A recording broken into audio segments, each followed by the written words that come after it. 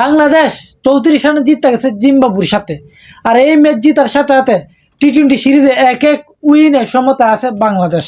কিন্তু জিম্বাবু প্রথম যে 3টা উইকেট গেছে 21 রানের ভিতরে, এরপরে যেভাবে পিটাইছে মানে 6 ওভার 65 রান করে পালাইছে। আমি তো ভাবছি ম্যাচ নিয়ে নিতেছে, কারণ 3 উইকেট যাওয়ার পরও যে স্টাইলে পিটাইতেছে পুরা ম্যাচ তো নিয়ে আনি গেছিল। কিন্তু না, রিশাদে সিকান্দ্রার উইকেট যাওয়ার পরেই টপাটপ আউট গিয়া 152 রানের ভিতরে জিম্বাবুকে আমরা প্যাক করে চাইরা দিছি। আর এই বাংলাদেশের বোলারদের মধ্যে সবচেয়ে ভালো বোলিং করছে রিশাদে, সেকেন্ডে মাহিদি। রিশাদে 4 ওভার বল কইরা 4 উইকেট নিছে। শেখ মেহেদি 4 ওভার বল কইরা 3 উইকেট নিছে। আর আমাদের বোলারদের মধ্যে সবচেয়ে বেশি মাইর খাই লিছে কে? তাসকিন আহমেদ। মানে সে 46 রান দিয়ে দিচ্ছে 4 ওভারে, সে করে বেশি রান দিয়ে দিচ্ছে। কিন্তু স্পিনাররা আজকে খুব ভালো করছে, 2 স্পিনার মিললে 7 উইকেট নিয়ে নিছে।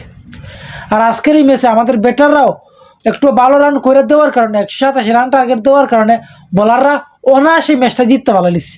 অনায়াসে যে ভালো একটা রান যদি করে দিতে পারে বাংলাদেশের ব্যাটাররা, সেটা বাংলাদেশের বোলাররা ম্যাচ জিতে এবার এবিলিটি রাখে। কিন্তু বাংলাদেশের বোলাররা তো কম রান করেও দে ব্যাটিংয়ের এত ম্যাচটা তুললে এই ম্যাচ আমরা জিততে পারি না।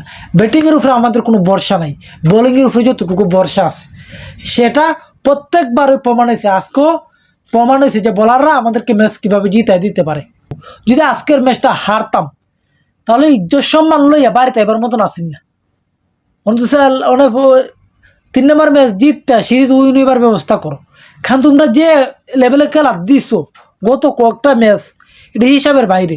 এই এক ম্যাচ জিততেই যেন ভাবলাই যে সব কিছু শেষ, তা না। কিন্তু সামনে দিয়ে ম্যাচ রয়েছে আরও একটা, যদি এটা জিতো তারপরে বোঝা যাবে না একটু এই সিরিজটা জিততে বাড়িতে ফিরলে লাভ আছে।